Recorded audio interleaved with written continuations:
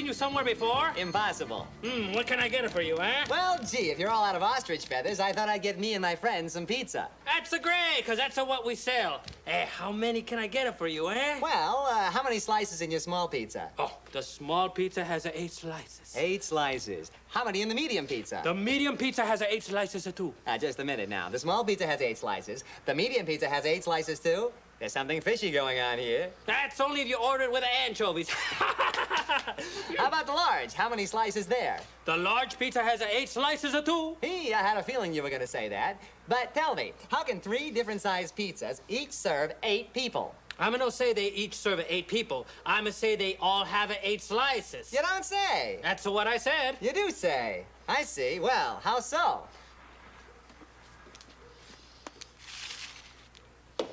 Look, I take the small pizza, and I cut it into halves. Then I cut it into fourths.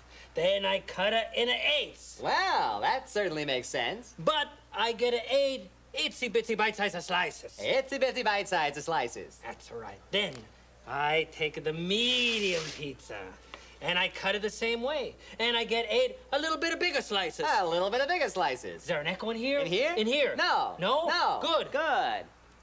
Then I take the large pizza. Look so good. And I cut it the same way. And I get 8 the bigger slices. Well, gee, I just don't know. Small, medium, large. They're all cut the same way. They all have 8 pieces. We all want the same number of slices.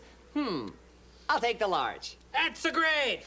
How many pies? Well, how many do you think I should get? Well, how many of you are gonna eat? 12. A nice round number. Then how about 12? That would be the easiest. 1 pizza each, 8 slices each. Sure, 12 pizzas. 12 pizzas? Gee, maybe I should stick to hot dogs. Wait. You could buy 12 small pizzas with 8 itsy-bitsy bite-sized slices. No, I think I'll stick to hot dogs. Or you could use a common multiple. A what?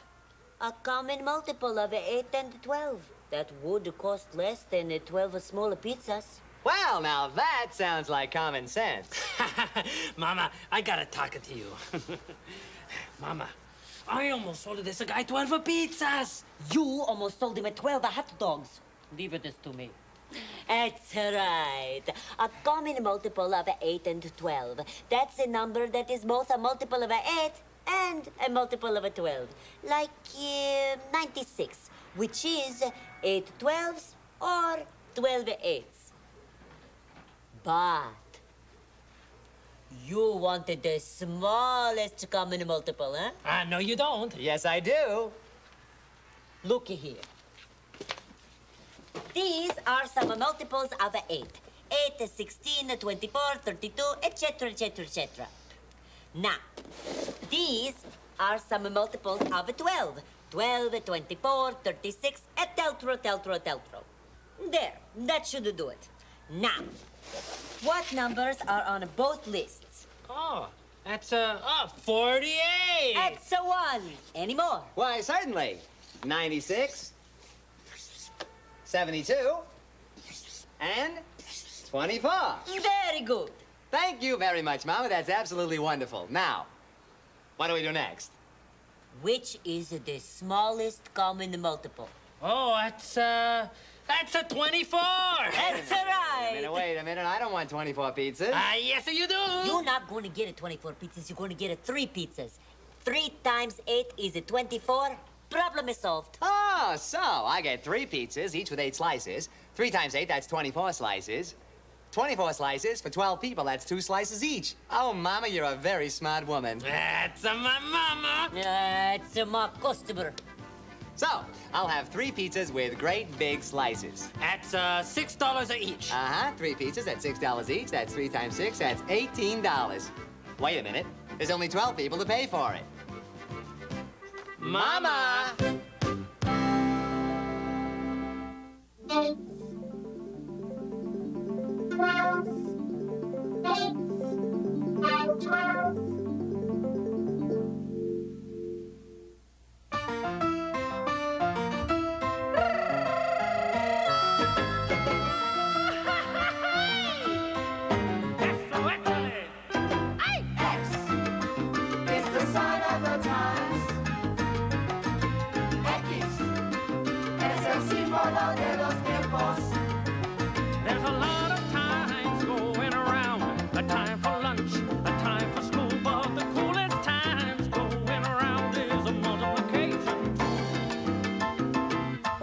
Mathnet will show you where it fits. Not the brand, not the band. There's no other product quite like this. 3 times 2 makes 6. It's the sign of the times. X es el símbolo de los tiempos. When you're going to multiply, just use the symbol X. Es el símbolo de los tiempos.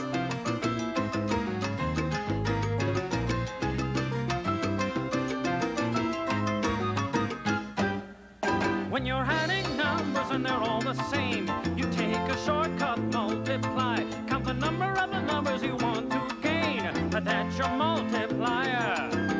X is the sign of the times.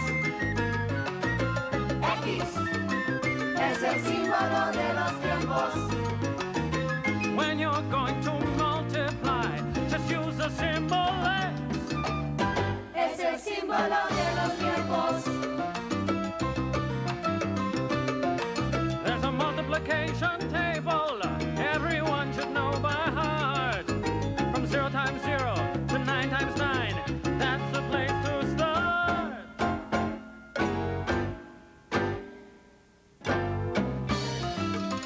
Es el símbolo de los tiempos. We know 2 times 2 is 4, 3 times 3 is 9. But you can do a whole lot more with X, the sign of the times. Es el símbolo de los tiempos. 3 times 4 or 6 times 2 equals 1 times 12. Figure out the way it works and try it for yourself. Es el símbolo de los tiempos. The same is true of 4 times 5, which equals 2 times 10. 5 times 6, 15 times 2 equal each other again. Es el símbolo de los tiempos.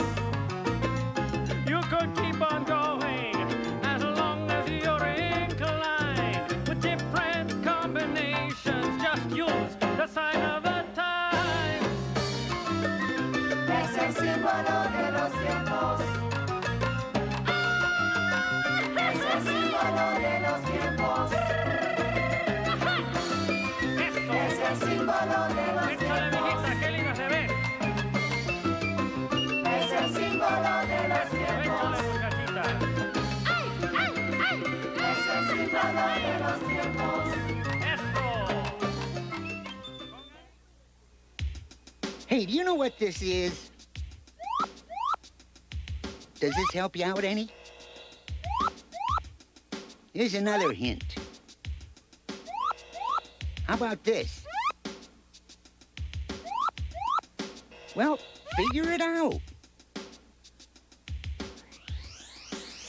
Multiply these prime numbers together and you'll get 300. You can do it frontwards or backwards. I don't care.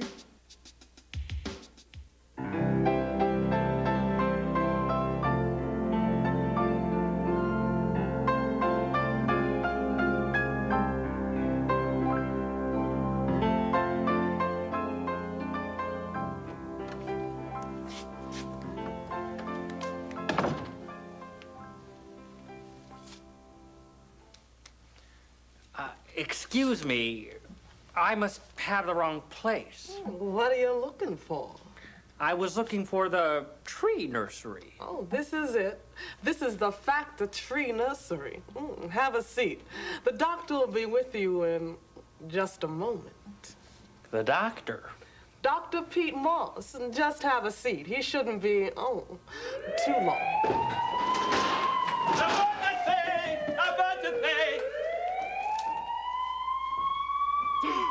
This is a very serious situation.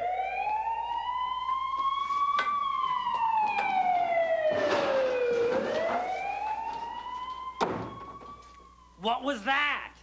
That was Dr. Mulch, our surgeon, with an emergency.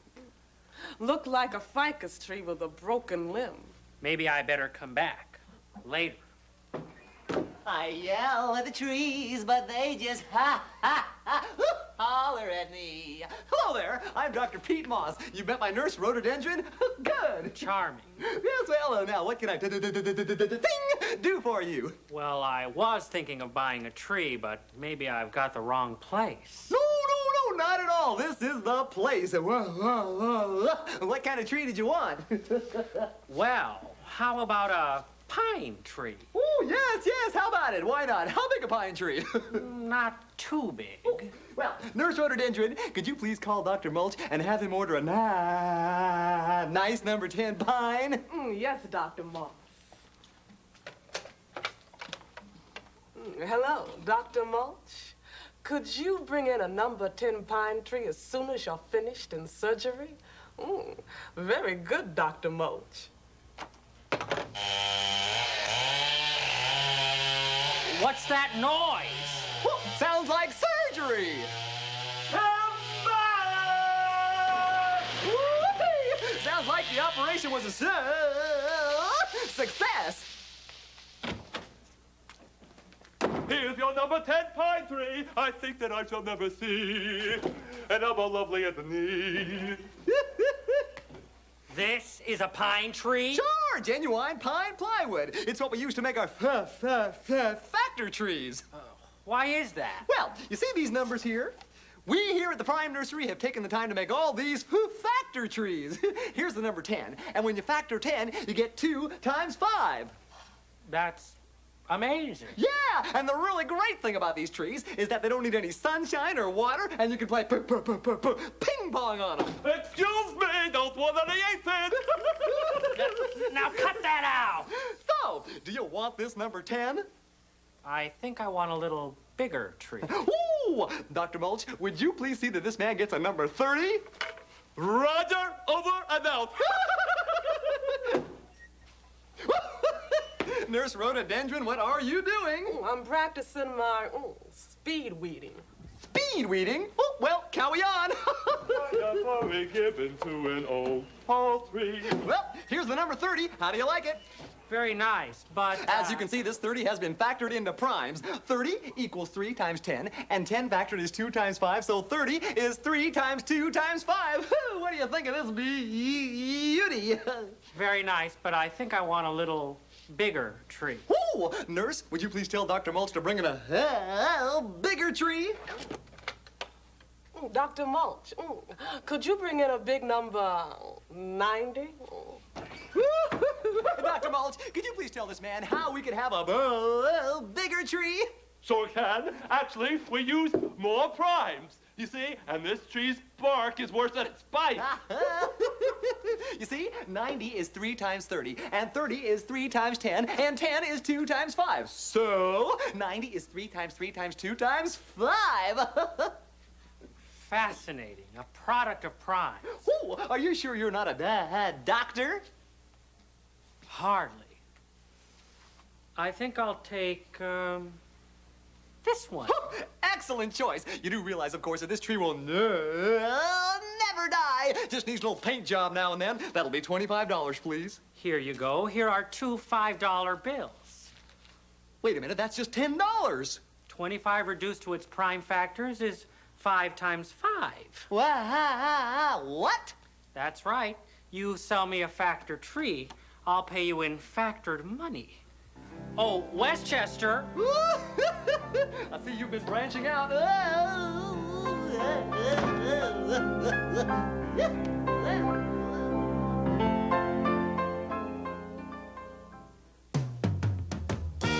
And now it's just about time for a game show for the brain. But who's multiplying? Starring our host, the one and only, the inimitable, the bigger-than-life person, and what a guy, Larry Cedar. Hello, everybody. How you doing? Welcome to the show. It's good to have you here. Everyone out there in multiplication land, welcome to But Who's Multiplying. This game gets more exciting every day. I'm so excited. We got 2 new contestants. Let's bring them up. Give them a big welcome. Come on up.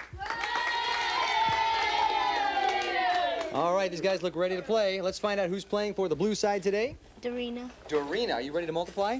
Great, I can tell you are. Okay, Dorina is blue. And representing red is? Brian. Brian, how you feeling today? Okay. Feel loose? Ready? 3 times 4. 12. He's on. All right, let's go. Let's get to the rules of the game. Dorina and Brian, take a look at the big board. Now, the object of the game is to cover 3 squares in a row with your color, either horizontally, vertically, or diagonally. Now, the numbers on the big board represent the product you get when you multiply 2 numbers from the factor board here together. For example, if there's a ring on the 4 and there's a ring on the 5, what number can you cover on the big board? 20. 20, and that's what it's going to look like. Now, the person who goes first will move both rings, and he will announce the product. After that, the next player can only move the ring of his or her color.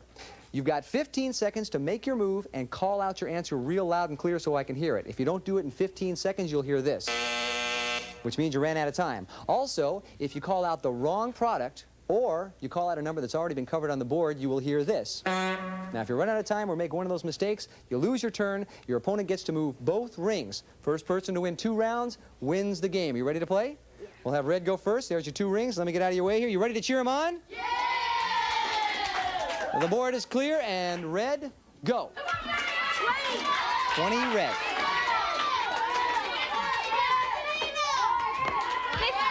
15 Blue.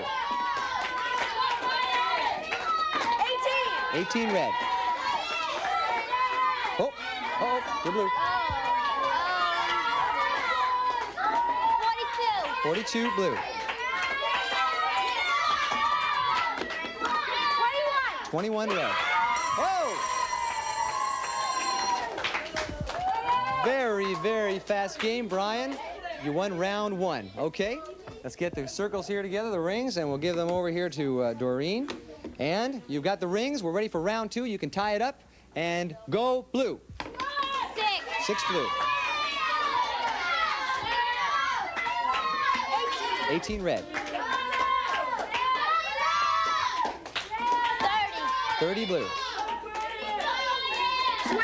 20 Red. 28 Blue. 21 Red. Whoa, got a winner. Sensational. Turn around, face our audience here. Oh, I'm sorry. Boy, the blue team, I tell you, you guys both did a sensational job. It was a quick, very intense game. Brian, for winning, you won 2 rounds first. You win a Square One TV calculator. There you go.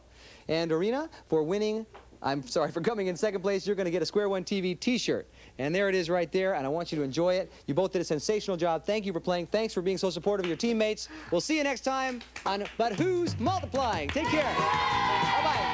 Yeah.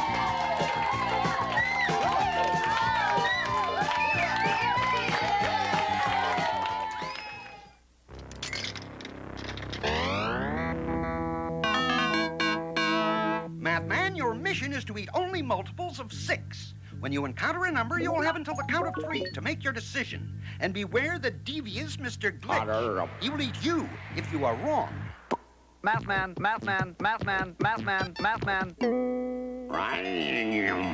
There's one now. Mathman. Multiples of 6. Mathman. Oh. I think so. Woe is me.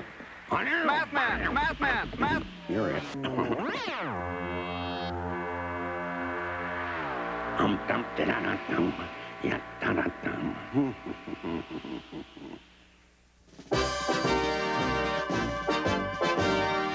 The story you are about to see is a fib, but it's short. The names are made up, but the problems are real. It was Monday, 9:43 a.m., and football fans were delighted with the fact that the Rams had not choked over the weekend. We were working the day watch out of Mathnet. My partner is George Franklin. The boss is Thad Green. My name is Monday. I'm a mathematician.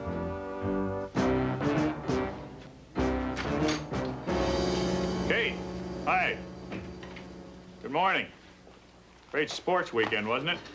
You mean about the Rams not choking? Uh-huh. What a team. They weren't scheduled this week, George. Yeah, but still. You're a real LA fan, aren't you, George? Oh, sure. I love the Rams, the Dodgers, the Clippers, the Kings, the Raiders, the Angels, the Lakers, the Booteries. Booteries?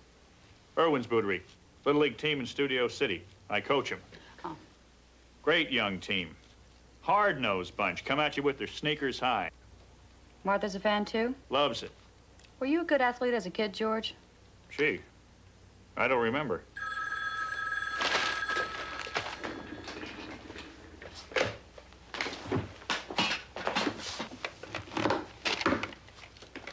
Probably not. Frankly, Mathnet. Pardon me? Do we solve problems? Yes, ma'am. Why? We'll be right there. Problem? Uh-huh. Robbery. What was stolen? A woman's husband.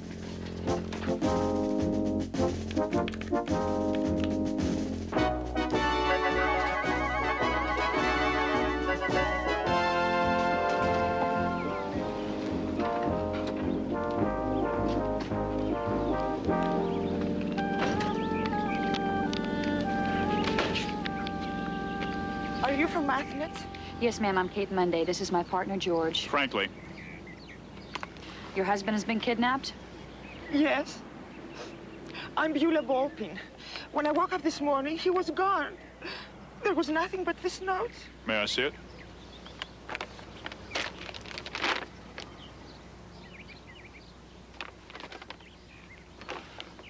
We have taken your husband, for we need his special skills. We'll contact you soon. Sorry for the inconvenience. Have a nice day. Sincerely, the kidnappers. Strange ransom note. Where'd you find this, Mrs. Balpin? On the kitchen table. We went to bed at 11 p.m. When I woke up this morning, he was... We'll do our best to find him. Anything else missing? You know, money, jewelry, toasters, pets.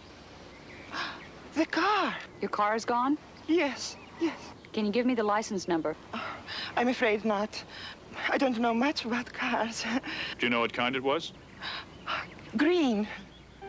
Under intensive questioning, Mrs. Balpin finally recalled that the car was a green 1957 Chevy Bel Air with hot spark ignition, overhead cams, and racing pinstripes. We asked the head of our lab to run the information through the Department of Motor Vehicles database. The database lists all cars registered in California with information such as license numbers, year of manufacture, owner's name and address, and so forth. The Balpins don't seem to be very wealthy, Kate. So? Usually when someone's kidnapped, the kidnappers want a lot of money. They haven't asked for any. Not yet. Huh? The note said they'd contact her, remember? I've got something, Mathnetters. That was fast. Boy, computers sure make it easier, don't they? If I had to go through all that data by hand to find 1957 Chevys, it could take weeks, to say nothing of the mistakes that could be made. Here's what a search of the Department of Motor Vehicles database shows us. There are 19,537 1957 cars registered in Los Angeles. Of those, 3,456 are Chevrolets. And of those, 326 are the Bel Air model. We're looking for one with 2 doors. 2 doors. There are 172 of those. And look, one of them is registered to Hans Balpin. License number 00313. George, put out an APB. See if the LAPD can help us locate that automobile. Wait, let me search another database. Another one? The police keep a file of abandoned cars in their computer. Worth a try. Well, how about that?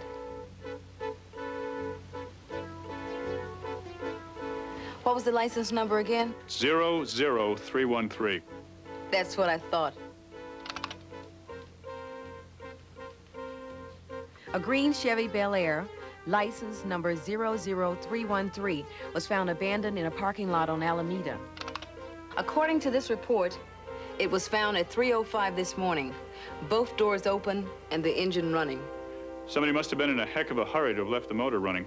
Maybe the kidnappers changed cars at that point. Maybe. Did your lab people come up with anything from the ransom note, Debbie? No, it's your typical ransom note, common typing paper. What about the newsprint? No help there. They used almost every newspaper in the area. The one curious thing is the special skills the kidnappers mention. What were they? You know, in the note, when you asked Mrs. Balpin about the special skills, what did she say they were? We didn't. Didn't what? Didn't ask her about them. We were so interested in helping her remember what kind of car he had. We looked right past the obvious clue in the ransom note. We should have been alert to every approach to the problem. Let's go back and talk with her, George. Mathnet Monday. Orson Kane, the famous newspaper publisher? Yes. What can I do for you? I see. We'll be right out. What's up, Kate? Orson Kane, the millionaire eccentric, has apparently ordered a hamburger, and it's been deposited on his front lawn. Shouldn't they have called the Department of Sanitation? Debbie, can you question Mrs. Ballpeen for us? Sure thing, Kate. I don't get it, Kate. A kidnapping's more important than a hamburger. I know, George, but this hamburger is different. It's gigantic and it's made out of wood.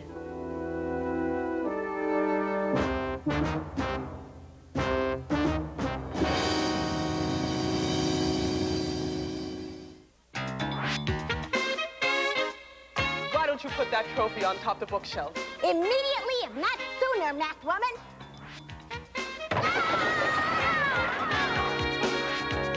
Now, this key is going to be the key to what we're about to do, an example of mental telepathy. Excuse us, sir. I'm Kate Monday. This is my partner, George. Frankly. Mathnet. Hives Bottomley. Valet. Oh, the keys are in the car. 100% of Square One TV is a production of the Children's Television Workshop. This program was made possible by grants from the National Science Foundation, the U.S. Department of Education, the Corporation for Public Broadcasting, the Andrew W. Mellon Foundation, and the Carnegie Corporation of New York. Corporate funding is provided by IBM. At IBM, we believe education is the key to the future. We are pleased to help support Square One TV as an innovative way to introduce young people to the exciting world of mathematics.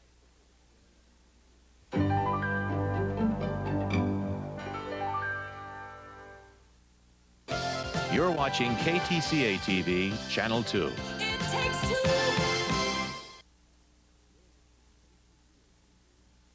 Sesame Street is brought to you locally by the Sven and C. Emil Berglund Foundation, the Lund food stores of the Twin Cities area, Target stores meeting the shopping needs of Minnesota families for 25 years, Bellini Children's Designer Furniture in Edina, furniture designed to last from crib to college, by Minnesota's dairy farmers and all the healthful products they provide, and by the New Horizon Child Care Centers, where love and learning grow.